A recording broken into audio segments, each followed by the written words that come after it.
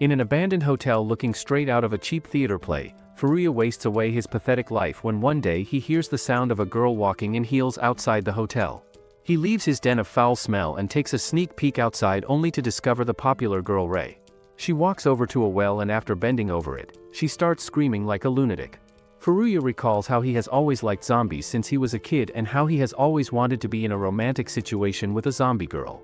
His friends call him out for his weird sick inclination, but he just brushes them off and keeps making excuses for his weird mentality. It all starts in the Shiryu temple where Furuya resides with his family and eats dinner prepared by his father Dune, who is the head priest, along with his grandfather who looks like a reincarnation of a goblin, and with his sister Mero. His grandfather keeps forgetting things and he also recalls how his mom died when he was a kid. The family also raises a stray cat Babu, but one day, Babu gets hit by a car and passes away. Furuya keeps whining like a little girl on seeing Babu's dead body, and afterwards the family buries its dead body in the backyard. Dune apologizes to Furuya for not holding a memorial service for Babu, and Furuya also consoles Mero over Babu's death. Later Furuya digs up a manuscript in his room which he got from his relative when he was helping him organize some documents from a history museum. He thinks that the manuscript contains the art of resurrection, so to test out his theory, he digs up Babu's body and goes over to an abandoned hotel nearby with some stuff. Since nobody visits the hotel, he decides to experiment to revive Babu's body in order to turn him into a zombie and start World War Z. 2 days later, after he begins his experiments, Ray walks to the well outside the hotel and starts screaming. The next day, after he wakes up, he begins shoveling ice into a bucket and even avoids Mero's questions about what he is doing, which she finds really sus. He puts the ice into the box where he has stored Babu's body and then stores the box in his cupboard before heading off for school. On the way, he keeps zoning off and his friends pester him about this. One of his pathetic friends, Yasuda, starts going on about how the Sanka Girls' Academy is near their school, but since both the schools are separated by a river, the girls walk to the school through a different path across the river. He reveals to Furuya that the year is special since the daughter of the principal of the academy, called Sanka Ray, is also enrolling in the academy, and even points her out across the river. He keeps going on about her greatness and her great family, but Furuya points out that the Sanka family may not be great after all. Later, another hot blonde babe called Ranko visits Furuya's house, and after delivering the goods to Dune, she barges into Furuya's room and wakes him up. She hands him the zombie DVD that he lent to her before and then starts pestering him about how he forgot to visit her during the weekend to retrieve the DVD. She even starts choking him, much to the freak's delight, and Furuya asks her whether she knows Ray since they both go to the same academy. Ranko reveals that she only knows Ray by her face and then begins teasing Furuya that he must have fallen in love with her. She then throws him down on his bed and takes her leave, not before reminding him to visit her place at the weekend. Late at night, Furuya begins his experiment to revive Babu once again. Since one of the pages in the manuscript is unreadable, he is unable to fully figure out the recipe to revive Babu and keeps wondering what poisonous plant he has to use to make the recipe successful. Once again, he hears the sounds of heels walking, and as always, he takes his seat and begins peeking at Ray, who has walked to the well in the rain. As per her daily routine of whining, she screams in the well and starts ranting about her third world problems, on how she has to suffer as the Sanka family's daughter since she can't even go out alone. She whines that her father takes us pictures on her birthday to check how much she has grown, and this makes Furuya drop his juice in surprise. She spots him peeking like a creep, and later they both settle themselves at the Furuya's den of foulness. The second he starts speaking, Ray begs him not to reveal anything and even tells him that she will do anything. He gets embarrassed to see such shameless behavior, and she starts ranting that she wants to die since a stranger has learned about her pathetic whining. He begins to console her on her third world pathetic problems and even tells her about his experiments. He comments how he is being selfish by attempting to turn Babu into a zombie just to make himself happy, but Ray, who's acting like a dumb blonde at this point, assures him that Babu must want to see him as well. She then volunteers to contribute in the experiments as well, and once again begins her victim mantra that since her dad doesn't let her keep any pets due to cleanliness issues, she wants to give her love to an animal. Furuya accepts her offer, and not wasting a chance to clap her, he even suggests to her in humor that she can help him in the experiment by dying and turning into a zombie instead. He teases her that she's naive and may get tricked by boys, so she reveals that she has never clapped anyone before. He reveals that he has never had a relationship before either, and goes on about his pathetic life, that he wants to date a zombie girl only and not a living babe. Ray then asks him whether he will take responsibility for her if she turns into a zombie, which baffles him. She then asks him to consider her offer, making Furuya feel like she's making fun of him.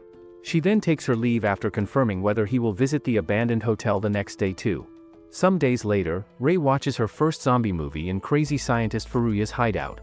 She gets surprised seeing the amount of blood in the movie, but Furuya tells the freeloader princess that it's time she starts lending a hand. Ray then starts helping Furuya continue making his potion, but he tells her that if it doesn't work this time, they should probably just bury Babu as half of the manuscript is unreadable to him. Furuya jokes that Ray should eat Babu if he doesn't revive, and she gets scared, taking it at face value. He then explains that he has tried every poisonous plant he could think of, but nothing is working. Hearing this, light bulbs go off in Ray's head and she rushes off to fetch a plant for him. Ray remembers her childhood in a flashback in which her father named Danikira was weirdly obsessed with her when she was growing up. She remembers that when she was a child, she tripped in front of a maid and he fired her only because of that small incident. At another time she was playing with a stray cat, but the cat went missing the next day, along with the maids who were looking after her. She also remembers the weirdest part, which elevates Danikira from being just weird to Epstein level, when every year he used to take freaky pictures of her to celebrate her birthday. Over the time, she understood that Danikira's behavior was not normal behavior, and she recalls that her mother, Arya, was aware of his obsessiveness with her but didn't care and was neglectful. She admits that she can't even run away because Danikira's goons monitor her each and every move. Ray then managed to make a friend, Nakadai, in school, and Danikira surprisingly approved since her family was wealthy as well. She then spent time with Nakadai's loving family, which made her realize how broken her life was. She ended up revealing Danikira's antics to Nakadai, which was her biggest mistake. Back in the present, Furuya worries why Ray is so late in fetching the plant, so he heads outside and sees her trying to climb a mountain by herself. Seeing this, he rushes to help her and clutches it out like a pro, barely saving her from falling to her death. Afterwards, he asks her why she put herself in danger like that, and she casually says that he can bring her back to life as a zombie. Furuya gets worried that she's crazy, but she insists that if she does end up meeting the Truck of Doom, she wants him to bring her back. Ray remembers another flashback in which she confronts Danikira due to Nakadai's advice.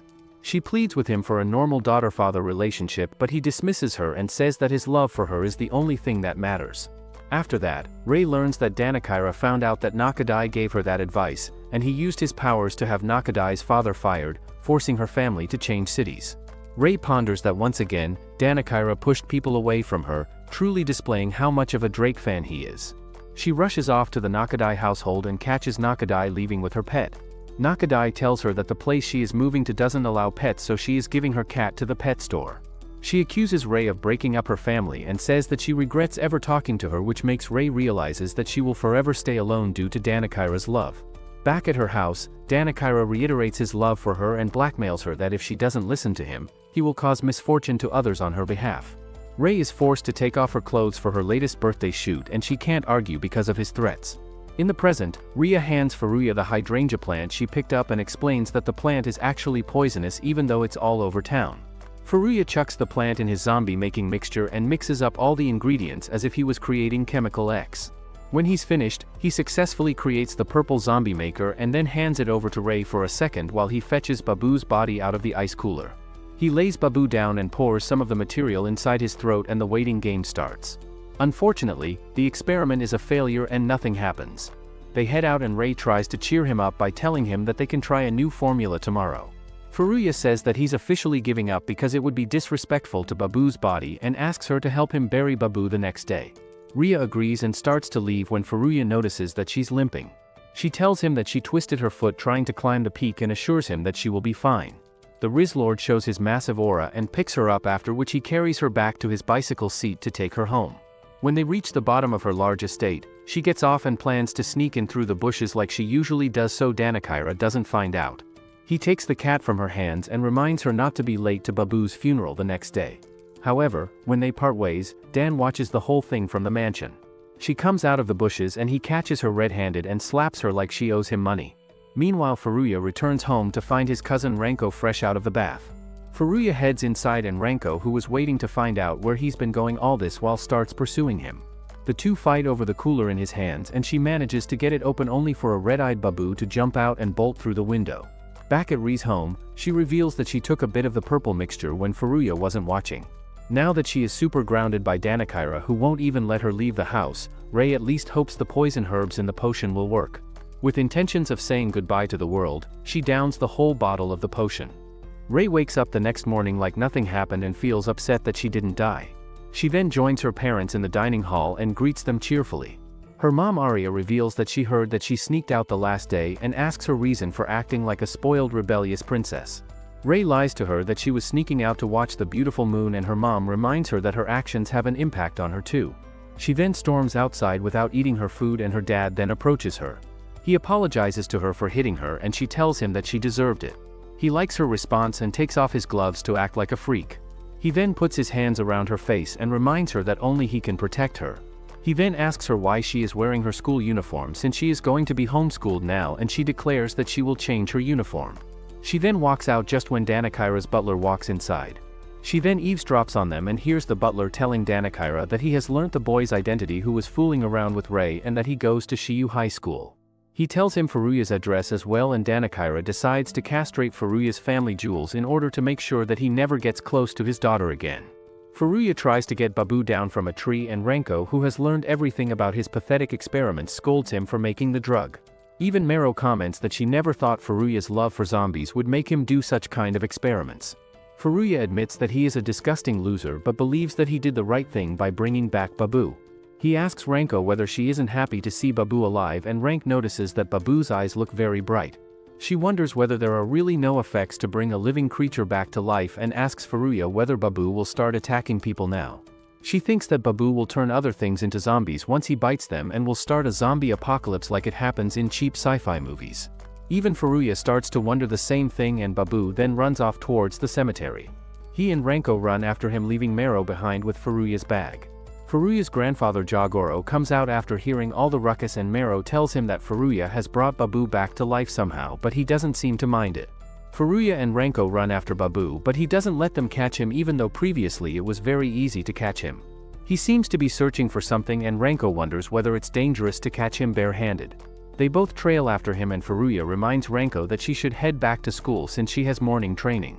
She declares that she has to look after him as her elder, and Babu then jumps into a huge pipe, so Furuya jumps after him. Ray sneaks out of her house by going through the bushes again, and Arya watches everything from the inside. Danikira walks by her and she asks him whether he would like to have a drink with a slob like her, but he only ignores her and walks away. Furuya slithers after Babu along the long pipe, and Ranko follows him. He keeps crawling after Babu while Ranko gets stuck in the pipe due to her big bum and struggles to crawl. She calls and asks him to help her out, but he doesn't listen to her. He then jumps out of the pipe and discovers that Babu has led him to the base of Ri's house. At the school, Yasuda chit-chats with his friend Magi and asks him about sports and girls. He then teases him by thoroughly tickling him till he is in tears. Afterwards he feels disappointed that he is only spending time with Magi and not some other hot babe. Just then Ray appears outside the school premises and asks them whether Furuya is in school. Yasuda almost craps his pants and starts freaking out like a big loser when talking with a girl. She asks the both of them again about Furuya, and Magi tells her that Furuya hasn't come to school. Seeing her upset expression, Yasuda asks her what she wants with Furuya, and she tells him in embarrassment that Furuya might be castrated. She then runs away, leaving the both of them behind shocked. Ray then runs off to the streets and wonders where Furuya is and whether she said something strange to his friends. Danikira's driver notices Ray walking on the streets and calls Danikira to let him know. He tells the butler to keep following her while he looks at a huge portrait of Ray in birthsuit. He wonders why she can never listen to him and has to keep disobeying him. Ray limps towards the rundown hotel slowly, and at the same time, Furuya crosses a cemetery to look for Babu. He then finds him eating leaves of hydrangea flowers and discovers that they are underneath the same cliff which Ray was climbing the other day. He notices Ray at the same cliff and wonders what she is doing. Ray thinks that she needs to warn Furuya on time about her father and keeps limping towards the hotel to find him. Danikira and his butler appear behind her and he asks her what she is doing. He tells her to head back home with her and that he will forgive her if she comes quietly. He then approaches her and Ray flicks off his approaching hand in disgust. He asks her what she is doing and she tells him that she wants a little bit of freedom even if she belongs to the Sanka family. He asks her what kind of freedom she wants to have and whether she wants the freedom to go outside or freedom to love. He grabs her arm and starts to drag her away with him. At the same time, Babu jumps into action and runs towards her. She begs Danikira that she wants freedom for one day only, but he yells at her that he knows she is just going to go fool around with Furuya. Babu appears behind them and Danikira stumbles back in disgust because he is allergic to cats. Ray rushes to Babu's side because she cannot believe that he has been resurrected. Danikira tells her to stay away from the filthy cat and takes out a whip to make it run away. He then lunges at Babu with the whip and Ray jumps in between the two of them. He ends up hitting her with the whip and it causes her to trip from the cliff. She falls down on the ground in front of Furuya and bleeds to death. Danikira falls on his knees in shock while Furuya cannot believe his eyes. He recalls when Ray requested him to bring her back to life if she ever died, but he doesn't think that he can do it. He turns around in tears but suddenly hears someone calling him from behind. He turns around and finds Ray getting up slowly, covered up in blood and with her guts hanging out. She trips on her feet and slowly stumbles towards him. He wonders how she has come back to life even though she didn't take his drug. Danikira's butler witnesses everything and thinks that it's a god's miracle, so he tells Danikira to look at what's happening. Ray falls against Furuya and tells him to take responsibility just like he said he would. Danikira sees Ray get up after falling to her death and thinks that it's a miracle. He runs after her and noticing her bloody state, he insists on going to the hospital. However, when he grabs her wrist, he sees that she has no pulse and she then turns around to casually reveal her guts hanging out. She confirms his worst nightmares by telling him that she actually died and was reborn. She happily tells him that she's no longer his daughter since she's not even a person anymore and walks away from him. His entire world shatters and he keeps recalling everything that happened as he takes a bath surrounded only by the cultured pictures he's taken of her over the years. The maids in the estate start gossiping about Ray running away from the house because of a boy and Arya overhears this. She storms into the bathroom to ask her bum husband what's going on and he defeatedly tells her that Ray died and got back up like it was light work. Arya assumes that he must be on some cactus juice and disregards his explanation because she has to worry about her reputation as chairman of the school. She then asks where Ray is and butler Alfred informs her that she's probably with Furuya. When Dan hears this, he concludes that Furuya is the cause of all his misery and swears to release Ray from his clutches in order to purify her body and soul. Meanwhile, Ray expertly sews up her own wound, thankful that she can't feel any pain or anything at all. Furuya tries to remind her that she's literally a walking dead zombie and wonders how she can take it so lightly, but she just feels happy to be in a boys' room for the first time. Meanwhile, Ranko changes into her normal clothes after her tennis session and a junior asks if she wants to hit the bakery on their way back. Ranko rejects her offer since she wants to get back home and whoop Furuya a new one for leaving her in the tunnel. Back home, Ray sticks her head out of the window, which gives Furuya a free look at his first zombie plots, but he's interrupted when she points out Babu sitting on the tree. He's relieved to have Babu back and then notices that his eyes have gone back to normal, unlike when he was first revived. As Babu meows, Ria is able to translate it, which surprises Furuya, but he figures it must be a passive buff that comes with being a zombie. He then realizes that Ri's personality hasn't changed much since becoming a walking corpse, but she reads his mind and tries to act like a zombie. She fails badly at acting and instead comes off as cute, which means that its mission failed successfully. Furuya asks her if she truly isn't bothered at becoming a zombie, and she explains that she isn't bothered at all since Furuya will take responsibility like he said he would. He asks her what she means by him taking responsibility, and she explains that she wants to experience all the things a normal girl would, which disappoints Furuya as he was expecting something else. Ray all of a sudden grabs him from the shoulders and suddenly starts inching closer to him, but just before their lips touch, Ranko does the homie wrong as she shouts at him to pull up outside. She immediately starts to scold him for abandoning her in a hole and insists on coming up, but he offers to come down instead and tells Ray to not leave the room. After he leaves, Ray starts to question what she was actually about to do to Furuya and gets an eerie feeling in her gut. Outside, Ranko practices some MMA moves on Furuya for being so thoughtless, and he quickly says apologies to her like a loser to escape quickly. Ranko then asks him how Babu is doing, so he reports that he hasn't harmed anyone and is doing okay. The new question from Ranko is whether Babu will be immortal now, but Furuya doesn't know either. At that moment, Yasuda and Magi show up. Yasuda runs up and immediately pesters Furuya to introduce him to Ray. Ranko gets surprised knowing that Furuya knows Ray, but Magi is just grateful that he's no longer obsessing over zombies without having any idea how adventurous Furuya's life has been for the past few days. Furuya does some quick maths and realizes that he's actually got the dead girl of his dreams sitting in his room and starts getting embarrassed thinking of the possibilities.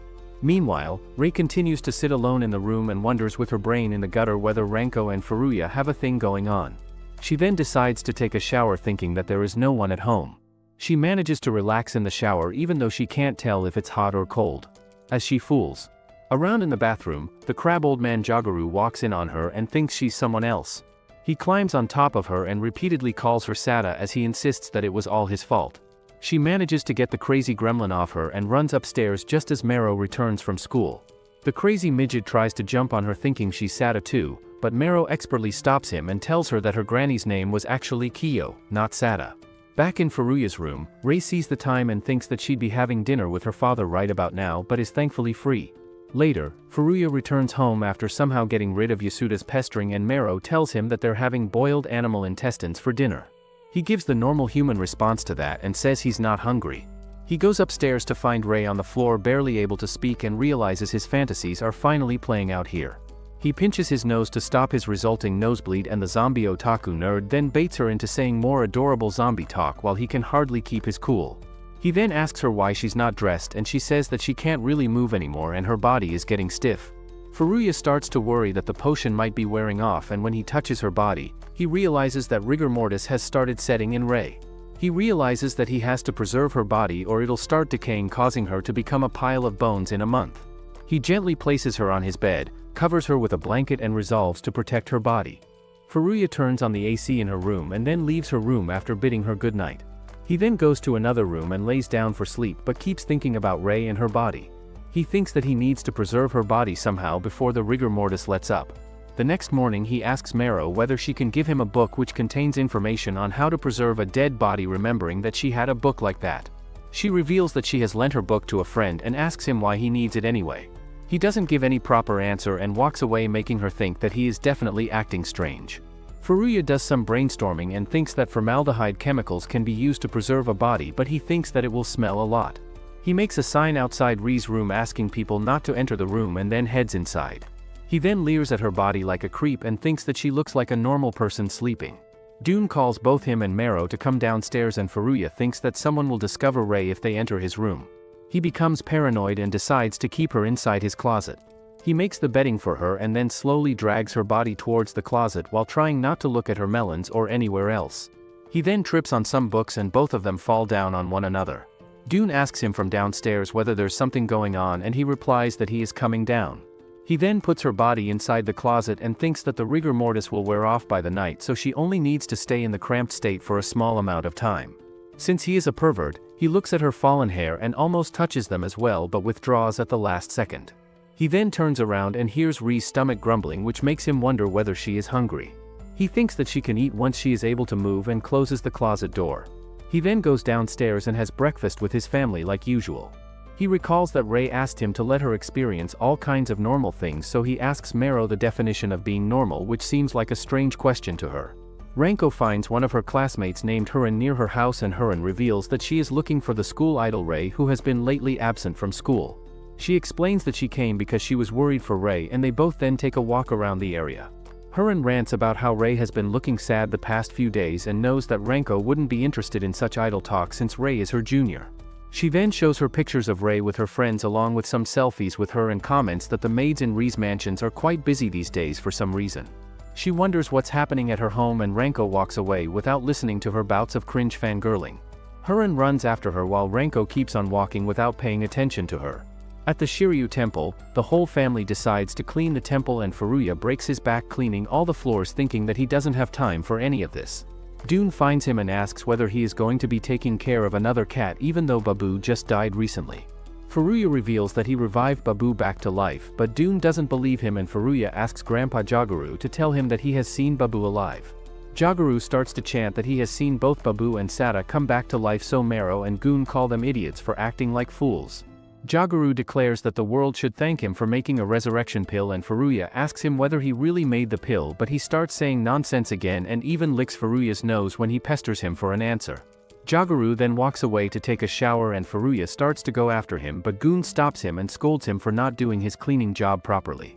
Furuya then resumes his cleaning duties, but he keeps thinking that his grandpa may have made the resurrection drug and may even know how to preserve resurrected bodies properly. Mero approaches him and reveals that she is going to be cleaning his room next because it must be dirty like him. Furuya lets her go but remembers after a moment that he is keeping Ray inside his room. He runs to stop her and lies to her face that he already cleaned his room in the morning because he has been lately trying to maintain cleanliness.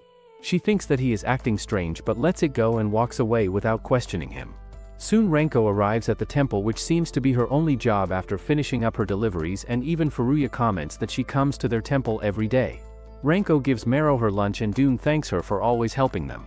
He comments that she is always helping them out and that Furuya should get a wife like her, which makes her squeal in delight and hit him playfully. Furuya gets down to cleaning again and Ranko tells him that Ray has run away from home according to the rumors. She gives him further tea that when she went to deliver food to their mansion, she saw that the house was in an uproar and that her family must have a lot of problems. She then starts ranting that it's possible Ray has some kind of forbidden love going on, or maybe she was reunited with a lover and they decided to join their bodies and souls. After painting such a cringe picture, she comments that he must know Ray as well and makes him spill that he only knows Ray by chance and that they have only talked about a few things. He wonders why he even has to tell her such things, and she reminds him that she should know about his relationships as her relative. She then bids him farewell and heads home to make more deliveries. Dune tells Furuya to clean the back of the house as well, so he heads to the backside while Ranko decides to borrow another DVD from him. Furuya thinks about Ree's house and wonders how her dad is feeling about Ray being gone. Ranko heads to his room and finds the room freezing, so she shuts the AC down. She then starts to look for a DVD to borrow from him while someone stares at her from inside the closet. She takes her sweet time to choose a DVD and notices a long black hair on his mat, which makes her shocked. She knows that it doesn't belong to Furuya and then senses something in the closet, so she takes a peek inside. She doesn't find anything inside, and at the same time, Ray watches her from above the closet while barely hanging on. Furuya recalls that Ree's stomach was grumbling in the morning and wonders what kind of food zombies eat. Ray jumps on Ranko and crawls on top of her. She sniffs her face and then trails down her body while Ranko comes to realize who she is. She rips away Ranko's shirt, which makes her scream loudly, and Furuya hears her screaming. He runs to his room and storms inside to discover Ray licking Ranko's chest like a loony case. He wonders whether her rigor mortis is over, and Ray keeps having the taste of her life, so Furuya gets behind her and tries to rip them apart. He pushes Ray away from her and Ray then turns towards him. She lunges at him next and locks her lips with his. He falls down on his knees and she keeps pressing his torso, which makes him fear for his life. Dune asks Mero whether they heard Ranko's screams and she confirms his suspicions but says that there's nothing to worry about since Furuya went to take a look. When Ray finally lets go of his juicy lips, Ranko insists on knowing why the famous princess is in his room and why he hasn't taken her to the hospital yet since she looks injured. When she takes a closer look at Ray, she immediately realizes that Ree's already a goner and that she has become a zombie just like Babu. Furuya tries to explain that it's not what it looks like, but Ranko instantly starts pummeling him with his stuff, calling him a murderer as he struggles to explain the situation. The dazed Ray spots Babu and crawls out of the window to follow him. Furuya sees Ray leaving through the window like a slug, so he tells Ranko to go get Jagaru while he leaps onto the roof and follows after her. He almost gets caught by his dad, who asks him about Ranko, but Furuya cunningly explains that she just got scared of a horror movie. He manages to get away by making an excuse that he's looking for Babu. When he can't find Ray anywhere, he looks over the side of the house and spots her munching on the hydrangea leaves with Babu. While she does this, Furuya sees life return to her pupils, and when she finally regains her senses, she immediately becomes embarrassed that she's outside without any clothes on. He quickly tosses her something to wear and then excitedly tells her that she and Babu need the same poison from the mixture to sustain themselves. At that moment, Ranko returns with her grandpa, who commends him on giving the reanimation pill to Sada, so Furuya figures he must be confusing Ray with someone else but has no idea who it is. In a moment of sanity, he tells Furuya that only giving them the zombie's reanimation pill is not enough, otherwise they gradually return to being a corpse. The vomit-colored man creeps out on his own granddaughter and tells Furuya that to keep the flesh healthy and that it needs moderate exercise, a low-temperature lifestyle and frequent replenishing of the hydrangea poison. Furuya asks whether such a lifestyle is enough to stop the decomposition, but Gramps says that the drug is imperfect and can only delay the inevitable. Before he can reveal anymore, Ranko hits him with a flower pot, which resets his factory settings just as Dune and Mero arrive. Mero takes him back inside and Furuya feels satisfied that he's found out some very important insights from him. At that moment his dad asks who the girl in the backyard is. Furuya struggles to explain and Ray starts to feel sad, believing she's about to get thrown out on the streets. However, Furuya manages to grow a pair and tells his dad that Ray doesn't have anywhere else to go and that he's promised to take responsibility for her. His old man mulls over it, and when he realizes that his son is finally serious about something other than zombies, which couldn't be further from the truth, he decides to let her stay. Furuya gets excited and tells Ray the news while Ranko looks down at her, realizing she's having a cold stare down with her rival.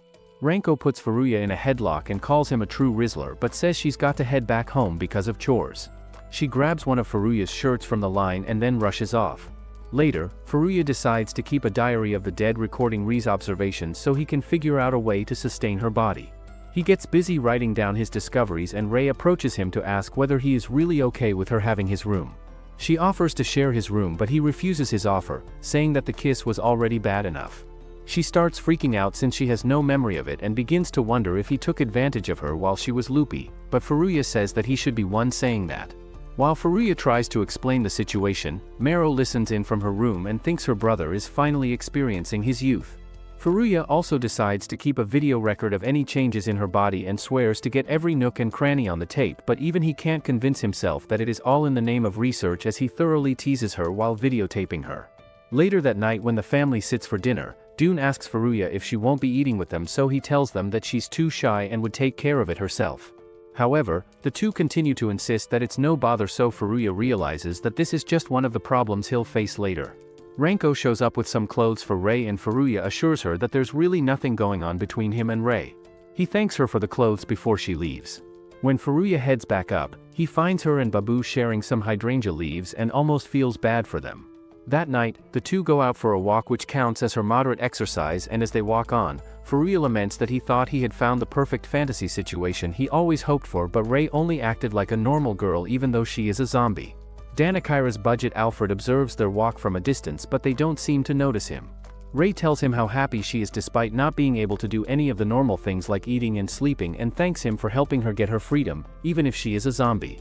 Despite the small little decomposition problem, Furuya promises to keep taking responsibility for her, but she teases him and tells him to take care of her body with all his might.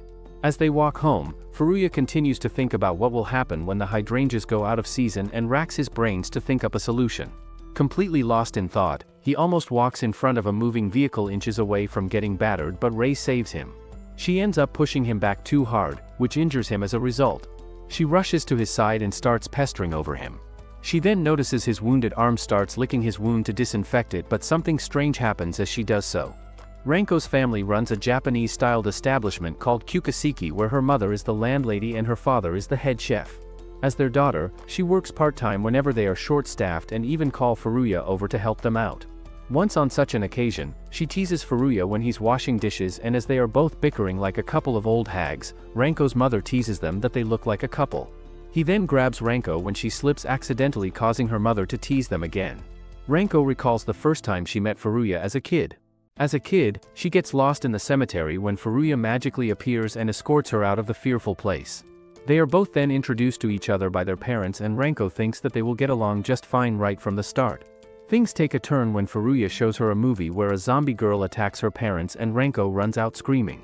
She waits for Furuya to show up as her prince in diapers, but when he doesn't show up, she goes to him again and asks him to play outside. He doesn't listen to her, so she shuts off the DVD player and instead forces him to come outside to play with her.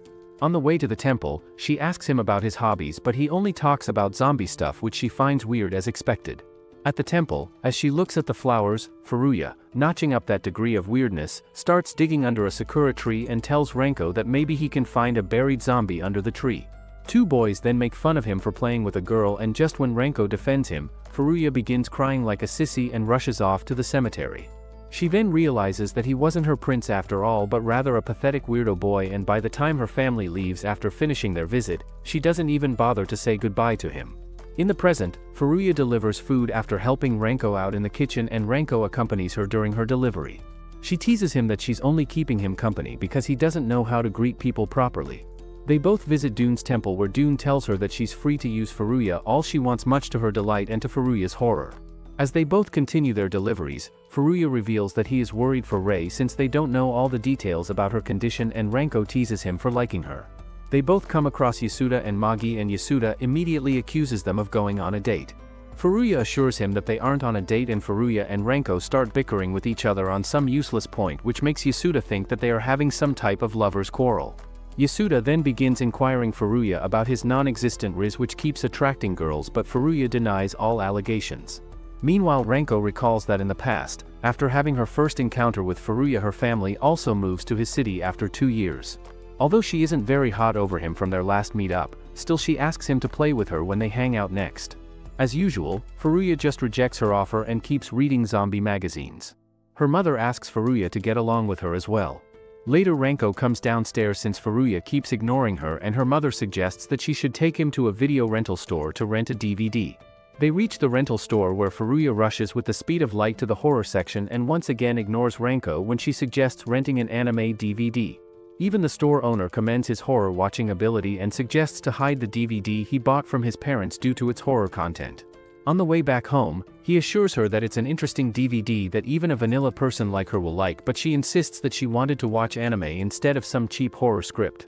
He again assures her that the horror DVD is better than anime, but she snatches the DVD from his hand and tells him that she's going to exchange it for an anime DVD. She rushes away and comes across a wild dog on the way, which instantly scares her. Furuya also spots the dog and tries to run away to get away from it while Ranko just remains frozen in place. He notices that Ranko is in distress and grabbing a pipe. He rushes at the dog and shoos it away with his manly charm and terror. As the dog runs away, they both start crying out loud. Afterwards they both head home and Ranko recalls that she must have fallen in love with Furuya at the cemetery when they first met. Later they both watch a horror movie together and Ranko asks him how he would like his first kiss to be, to which he replies that he would like to kiss a zombie girl. In the present, Yasuda and Magi walk away and Ranko asks Furuya to hold her hand. On her insistence, he grabs her hand and they both continue to make the rest of the deliveries. She asks him on the way whether he remembers the first time they held hands and he reminds her of the first time they met at the cemetery. She lies that she doesn't remember anything and leaving his hand, she runs ahead. They both finish making their deliveries and she tells him to head home since his work is finished. He immediately bids her goodbye, which pisses her off, and just as he turns to leave, she grabs him and slams him against a wall like a shoujo prince. She then leans in to kiss him and when he doesn't say anything, she backs away and scolds him that he shouldn't just let any pathetic woman kiss her since kisses are supposed to be important. She then rushes away leaving him behind confused and runs to the town edge where she screams out loud that she's not going to lose this game to anyone. After ranting pathetically to the world, she then sits down and breathes a sigh of relief. Furuya thinks that he needs to film Ray at all times no matter what happens in order to record everything that goes on in her body, and so he films her when she is eating food with his family. She whines about being filmed so openly and Dune scolds Furuya for not eating his own food. Furuya then puts the camera on a holder which continues to record Ray and sits down to eat his own food. Ray eats the plant's leaves and Dune asks her to confirm whether she is a vegetarian. Grandpa Jagoro continues to fool around at dinner time while Babu also eats the same leaves as Ray. Later Furuya writes down in his diary that he has come to learn that zombies do not need sleep and can survive without it, but Ray still sleeps for a little while because there is nothing to do during that time. He notes down that zombies don't sweat and don't need to use the toilet either. He notices Babu vomit up a ball of the leaves, which makes him think that zombies have to eat the leaves to maintain their deadness, but they vomit the leaves back since they cannot use the toilet anyway. Ray climbs back into his room and he decides to film her consistently to record when she would vomit the ball of leaves. He keeps pestering her till she finally gives in and declares that she will let him record if he listens to what she has to say. She asks him to let her do something normal and he asks what she wants, so she takes him to a shopping mall the next day. She shops continuously and struggles to choose anything for herself while Furuya continues filming her like a creep as usual. She reveals that she cannot choose because it's rare that he is buying something for her and that she wants to look good for him. He whines that he has been waiting for 1 hour and she decides to buy a hat that can go with her outfit. He thinks that it may not have been a good idea to come since the temperature at daytime can increase her decaying speed and wonders why she is having so much fun. In the meanwhile, Ranko goes to the bathhouse and soaks herself in the water. She thinks about how she embarrassed herself the last time by screaming out in the wilderness to let out her feelings. She then gets out and heads to the locker room while thinking about how serious Furuya looked when he was talking about taking care of Ray. Maro and her friends arrive at the bathhouse and tell her that they want to have tea while they are taking a bath. Maro tells her that Furuya has been out the whole morning shopping with Ray, and Ranko becomes upset to learn that he is acting so chummy with Ray. Ray finally finishes her shopping and emerges in a striking dress and a hat. Furuya comments that she looks really good and Ray teases him by making him say the same thing again. She keeps asking him to tell her how she looks and notices that he bought something else too, but he refuses to show it to her. One of Danakira's men keeps an eye on them from a distance and reports to the creep Lord Danakira about their movements. The man asks him whether he should make a move and Danakira asks him to continue observing them from a distance for now. Ray drags Furuya to another spot while Danakira advises the man to find the right opportunity and then carry out his plan when Ray is alone by herself. Furuya and Ray visit a haunted house together where Ray notices the scary-looking models closely and suggests some changes that can be made to make the model look even scarier and better. She notices that Furuya is pissing his pants as he is hiding behind the curtains. After they leave the haunted house, she laughs at him for being scared of the haunted house.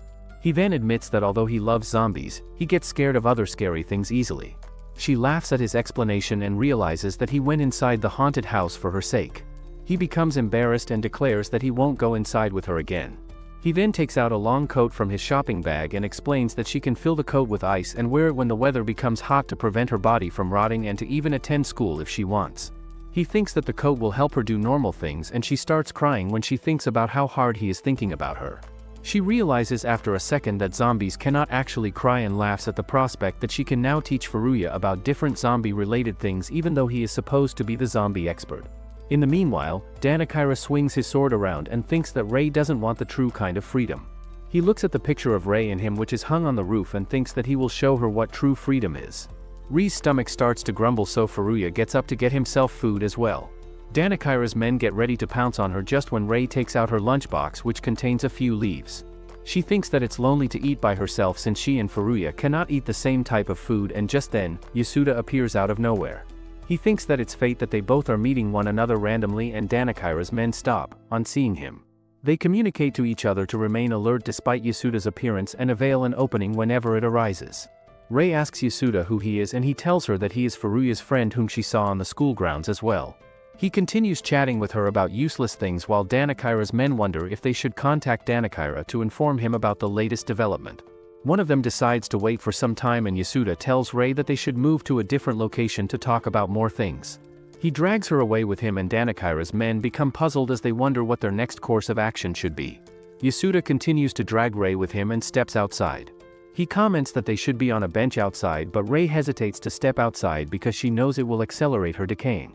She tells him that she doesn't like going outside in the middle of the day, but he keeps insisting that she should come outside. Danikira's men notice that she is standing inside the mall and think that it's a perfect opportunity to grab her.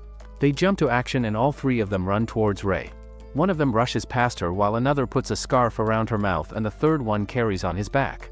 The first man knocks Yasuda down by simply punching him and the other two carry her outside with them. Furuya returns to the table and finds that Ray is gone. At the same time, she kicks one of the men in his face and struggles to get free from the other one. Furuya looks around for Ray while Ray grabs a hold of the bench and refuses to let it go. Her pursuers try to pull her towards them and Furuya hears her screaming, so he rushes outside. He then finds her swinging the bench at the men nearby and she then runs up to him in tears when she sees him. She thanks him for rescuing her and keeps crying on his chest, so he tries to calm her down and pats her head. She reveals that the men were trying to kidnap her and Danikira's men discuss that they need to change their strategy against Ray's Godzilla-level strength. Furuya approaches and asks them why they were following Ray. He threatens to call police on them and just then the men jump into action again. They carry him and make a run for it with Furuya on their shoulders. Ray follows after them and they then reach a car where they throw Furuya inside. The car then speeds away and Danikira's men call Danikira to inform him about what happened. They ask him whether they should head back and try kidnapping Ray again, but Danikira orders them to bring Furuya to him. Mero does the housework around the temple, which is her daily job, and notices Ray sitting on the top of one of the buildings.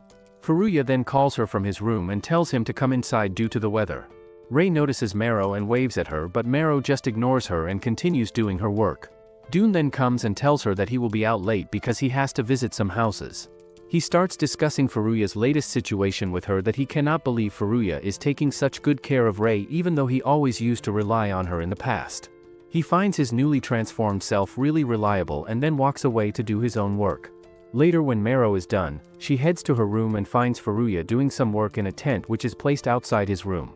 She thinks that he has definitely changed since he is now working hard for someone else's sake. The next day at her school, her friend named Shinoda shows her a magazine which states that there are many people who have seen zombies around the world. Her friend named Miko argues with her that zombies are not real, and Shinoda yells out of the window that the government is censoring all this information. Miko thinks that they would have some zombies if they were actually real, and Shinoda reveals that zombies might be near them after all.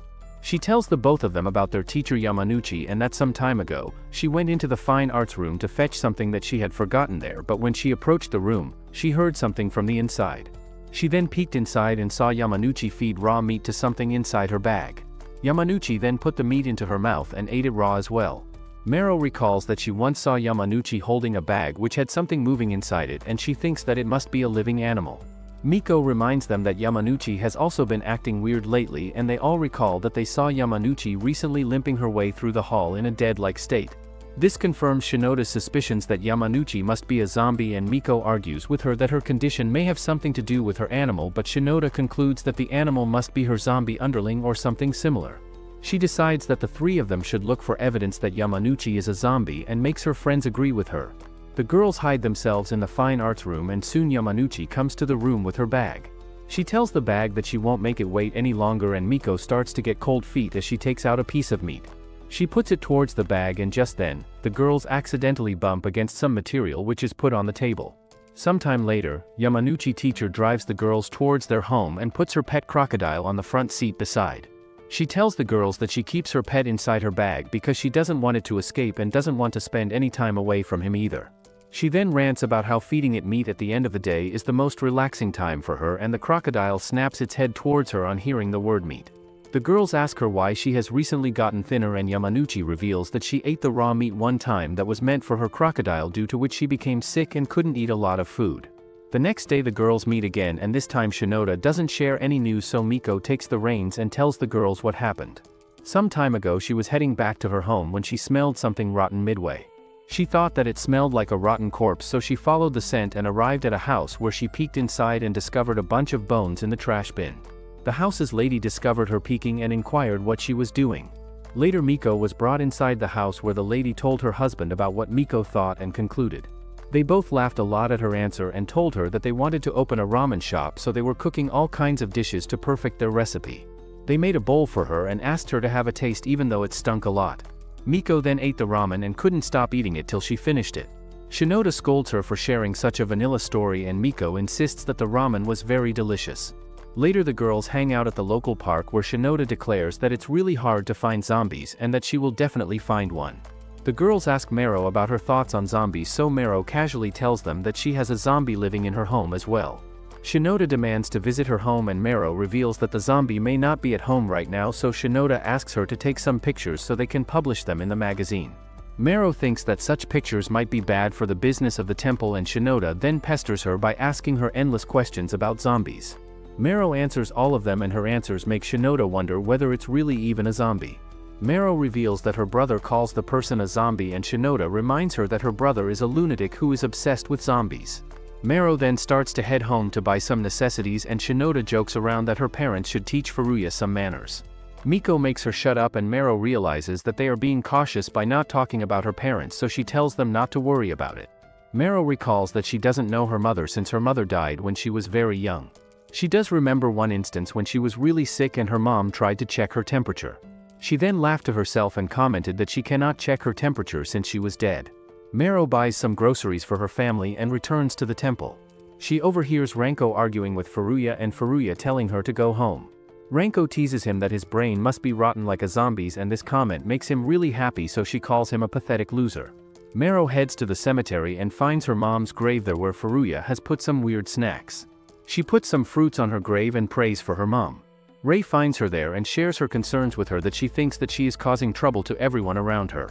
Mero tells her that she came to the cemetery to pray for her mother, which surprises Ray since she wasn't aware that her mother was dead. She then calls her admirable for doing all the house chores by herself and asks whether she can help her out in all the work. Mero finds that Ray resembles her mother even though she doesn't remember her much, and agrees to let her help. Ray notices that her face looks really red, so she touches her forehead to check whether she has a fever. She then realizes that she cannot detect the temperature difference because she is a zombie, and Mero finds the resemblance too canny, so she ends up calling her mama. She then gets super embarrassed and runs away. Ray calls after her, and Mero then trips on her foot, which causes her to kiss the ground face down. Later Ray puts bandages around her knee and then suggests making dinner together. The next day Mero shows a picture of her and Ray to her friends, and they feel disappointed after looking at it because they cannot believe that a pretty babe like Ray could ever be a zombie. In the present, Furuya finds himself tied up in one of Danikira's rooms, where a maid serves him a welcome drink and quietly leaves the room. He makes a fuss that somebody should untie him and let him go, but no one listens to him. He keeps yelling like a loony case, and Arya peeks inside the room. She tells him to shut his trap since she could hear him all the way at the end of the corridor, and notices that he has been tied up, so she takes an interest in him and comes inside. She introduces herself as Ree's mother and quickly asks how far he has gone with Ray. She then places herself on the nearby sofa and talks to herself that he must have kissed her at least, and that Ray must be really wild since she has been suppressed all this time. Arya notices that he isn't saying anything, so she assumes that they must not be romantic and comments that he must find Ray awful since zombies can start rotting and can smell. She then reveals that she isn't really Ree's mother since Ree's birth mother was Danikira's first wife, and Furuya wonders why Ray never told him anything, so she comments that it's a taboo topic which not many people know about. She reveals that she was actually a maid and tells him not to think that she is low class just because of her designation. She explains that all the maids hired in the Sanka family had very good backgrounds and education, due to which they were all trying to win Danikira's favors even when he was young. He was never interested in any of them, and by the time she entered the mansion, he was already off to college. One of the maids taunted her that it's a waste for her to be a Sanka family's maid since Danikira doesn't seem interested in women, and Arya remarked that the maids were probably useless at attracting his attention. The maid tried to slap her in return, but Arya grabbed her arm like a pro and believed that Danikira would fall in love with her soon because there was no man who could resist her charms. The first Danikira called for a maid, she ran to his room with coffee and a blanket even though he had not asked for them. He was surprised to learn that she had coffee in hand since he was going to ask her for it. Afterwards he started calling her to his side often, and she was always ready for his company. He never made a move on her, and over time never fell in love with her either. She started to think that maybe he was just gay and not interested in women because a breathing man has to fall in love with her charms. One day the Sanka family held a fencing tournament at their house where they invited disabled people and neighbors to watch the players. Danikira had a fencing match with his opponent and won, but after the match, he accused the other player of not playing him seriously. The Sanka family was huge on donating to the International Fencing Federation, and the matchmakers had decided to make him the winner before the tournament. Danikira threw away his glove and stormed off. After the tournament was over, a girl gave Danikira back his glove and told her to respect it or else God would become angry at him. She reminded him that his hard work wasn't in vain even if the match was fixed beforehand. A few days later Danikira approached the 15-year-old girl and proposed to her like the pervert that he is. The whole family was shocked at learning about the event, and the maids couldn't believe that he chose a frail little girl over them. The marriage was disputed by all the members of the Sanka family, but Danikira did not listen to any of their disputes. His relatives cornered him one day and tried to convince him otherwise because the girl's origins were unknown. Danikira then declared that he would give up the headship of the family if they did not agree with his wife, and that all of them would become strangers to him once he left the family. His family reluctantly accepted his wife, but soon his wife died after giving birth to Ray. He broke down and Arya tried his best to revive him somehow. People feared that he would soon be dead, but Arya nursed him back to health and clothed and washed him when he couldn't even take care of himself. She helped him walk even, and soon he married her.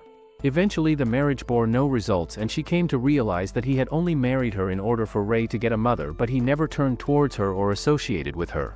Soon, with the passage of time, she realized that she was useless because Ray didn't even need a mother, as Danikira would take excellent care of her and spent all his time with her. They spent their time together and she was never included in their activities, which made her think that she wasn't a part of the family. She suggested to him that they should travel sometime because they never even went on a honeymoon, and on her suggestion they took a cruise ship, but he took Ray with him. Sometime later, the family butler requested Arya to stop trying so desperately to earn Danikira's love. He then made her peek through a hole and she discovered Danikira taking Ree's pictures in different poses. Her dream broke into a million pieces as she realized that he was still chasing remnants of that girl somehow and not looking for anyone else. In the present, Arya keeps whining to Furuya about her troubles and then slips off her robe to reveal her talents. She asks him whether he finds her pitiful and would like to comfort her, after which she starts to snuggle against him. She reminds him that he cannot get such warmth from a zombie girl and gets close to kiss him, but ends up falling on his chairs, which causes the both of them to fall on the ground. He declares that he only has eyes for dead zombie girls like a pathetic loser, and she starts crying out loudly, thinking that everyone goes after Ray in the end. Babu approaches her from out of nowhere and she thinks that the cat wants to comfort her, so she starts snuggling with him. Furuya informs her that Babu is also a zombie and she throws him away. She yells out that someone should throw Furuya out of the mansion, and a maid appears to tell them that Danikira is calling him. Furuya tries to persuade her to let him go, but the maid simply slides him away from the room, while Arya comments that at least he is getting Danikira's companionship. The maid leaves him in a dark room, and when she is gone, several lighted pictures of Ray appear all around the room. Danikira steps out and declares that he took all the pictures. He starts ranting that Ray looks beautiful in all the pictures and that losing her has intensified his love and protectiveness for her, due to which he can never forgive Furuya now. Furuya gets moved to another location and he thinks that he might be getting killed soon. He lies to the maid that he wants to use the washroom, and she tells him to just relieve himself wherever he wants and that she will clean up after him. They arrive at the fencing dojo where Danikira tells him to choose any weapon that he wants and that the match will decide who can protect Ray the most. Ray arrives at her mansion and storms inside. The maids welcome and tell her that her father is currently busy and that she should rest for now. Two of them then trap her inside a net to not let her escape. One of the maids tells Arya that Ray has been taken into custody and Arya asks her why she should care about such useless information. The maids deposit Ray on a mattress and explain that they are doing everything on Danikira's orders, so Ray in return orders them to let her go. They find her adorable for giving them such orders and decide to have a little fun with her in Danikira's absence. They surround her and then make her change into a maid outfit just like the one that they are wearing. They then tie her up and Ray scolds them for embarrassing her, but they find her behavior even more adorable and decide to keep tormenting her by putting her in more embarrassing outfits. Danikira tells Furuya that he can win if he lands one hit on him, and Furuya facing him on the mat reminds him that he doesn't know anything about fencing. Danikira encourages him to use any martial arts move that he wants and Furuya explains that he doesn't know any such sport, which makes Danikira think that he is a really weak, pathetic dude who doesn't even know self-defense. He wonders why Ray would go seek company of such a loser and Furuya starts making fun of him for not even knowing such a basic thing about Ray. At the same time, the maids put Ray in a bunny outfit and continue to not pay any attention to her complaints. They discuss what outfit they should put on her next and Ray declares that she won't wear any more outfits. She becomes triggered and breaks her handcuffs. Furuya tells the creep lord Danikira that he cannot be possessive over Ray for so long and expects her to stay with him when he does disgusting things like taking sus pictures of her. He then starts ranting that he should pay more attention to what Ray has to say and what she wants rather than trying to control everything about her. Danikira has had enough of him, so he lunges and stabs Furuya with his fencing sword just when Ray barges through the door. He asks Furuya whether he really thought that he would stab him and Furuya in return grabs his head and gives him a hard headbutt which sends him reeling back. He then notices Ray in her bunny outfit and starts simping over her, looks like a love-crazed psycho. Danikira wonders why he is not feeling anything despite being stabbed and bleeding, and Furuya recalls that he felt really weird when Ray once licked her wounds. He thinks that she may have infected him with her poison, which caused his pain receptors to shut down, and he declares to everyone that he is a half-zombie now. Danikira, who has become sick of hearing all the zombie talk, lunges at him with his sword again, and this time Ray blocks his attack by pulling the sword out of Furuya's body. She tells him that his battle was over with the last blow and that she will become his opponent if he insists on fighting. Danikira reminds her that he is doing everything to save her and wishes to cure her mysterious illness. He reveals his future plans, that they will soon head to America where they will consult all the great doctors in order to save her from her illness. He thinks that a useless broke dude like Furuya can never save her, and she tells him that she doesn't need a cure if she has to ever leave the town and that she wants to spend her remaining time with Furuya only. Danikira wonders why she wants to have such a limited amount of short-lived freedom, and Furuya then raises his head. He yells at him that Ray doesn't want to be some special noble being and asks when he has ever listened to Ray's wishes. He starts recalling all the moments in the past, like when Ray was a kid and came to him with a small snail, but he threw the snail away and told her to never touch such dirty things. Ray once came to him as a teenager and told him that she wants to go shopping with her friends, but Danikira told her that there is no need to go since he can always buy her whatever she wants. When she entered high school, Danikira ordered his butler to ensure that no boys would approach her since her good genes can never be interfered with. Furuya yells at him that Ray only wants to become a normal girl, and Danikira starts crying as he realizes that Ray died because she just wanted to become a normal girl. He thinks that it's all his fault, and Furuya admits that it's possible that he may need his help to let Ray stay in this world forever with him. Danikira gets up and asks Ray whether she won't regret anything that happened, and she assures him that she won't regret anything. He then decides to entrust Ray to him and tells him that he is only giving Ray to her till he can find a cure for her overseas. He then whispers in his ear that he cannot take Ray's virginity and then casually walks away. Furuya starts to bleed more and then collapses on the ground due to all the blood loss. Later, Danikira heads overseas on his fancy plane, and Furuya wakes up in his room surrounded by Ray and the maids. Ray hugs him on waking up, which makes his wound hurt even more and makes him realize that the poison must be gone from his body.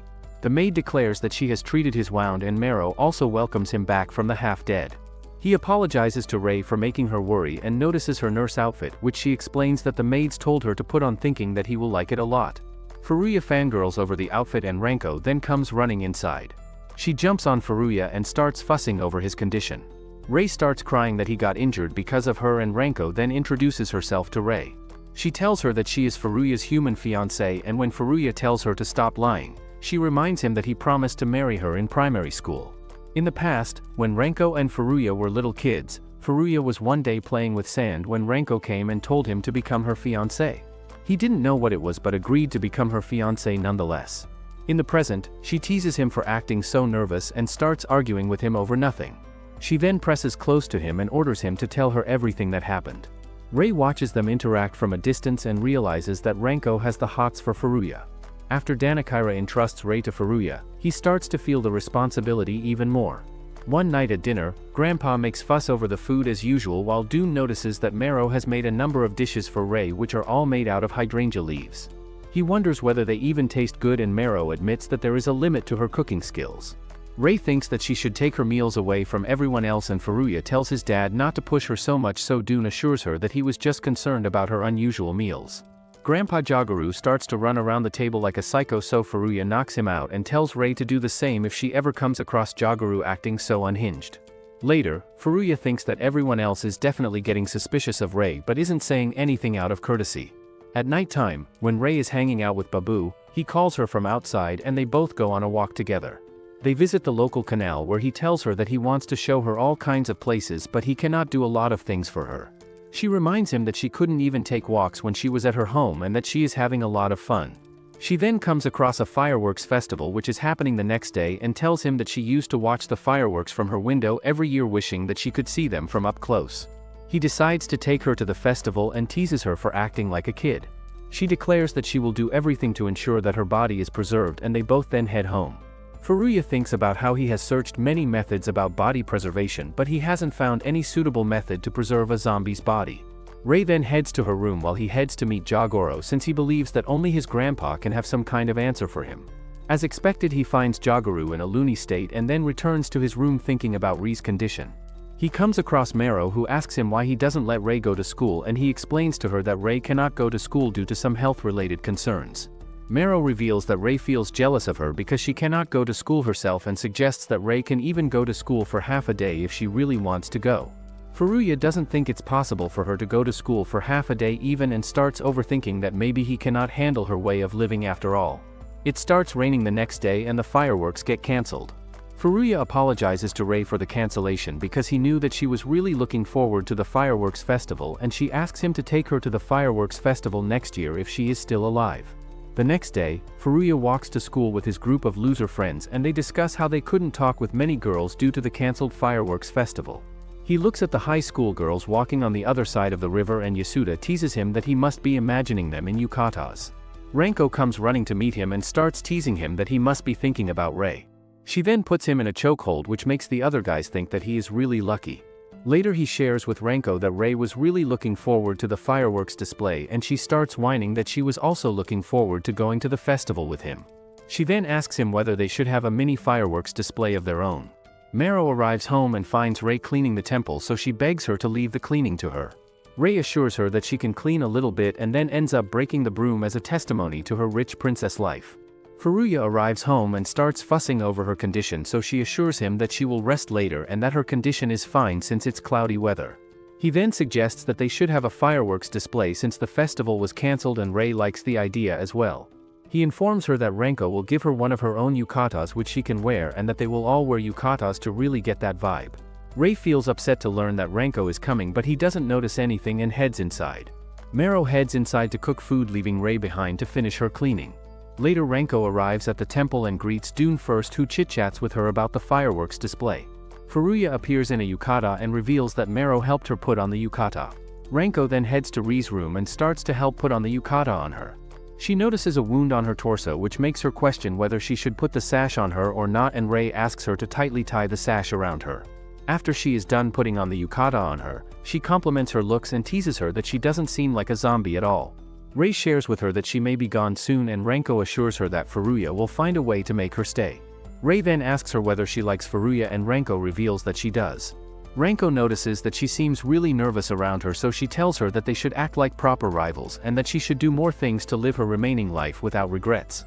Ranko then wishes her best of luck in clapping Furuya and both girls bump their fists in solidarity. Later they all light fireworks together and enjoy the night. Ray tells Furuya that she is having a lot of fun and he apologizes to her again out of nowhere. She assures him that she feels satisfied and that it's exciting to live at his home every day with him.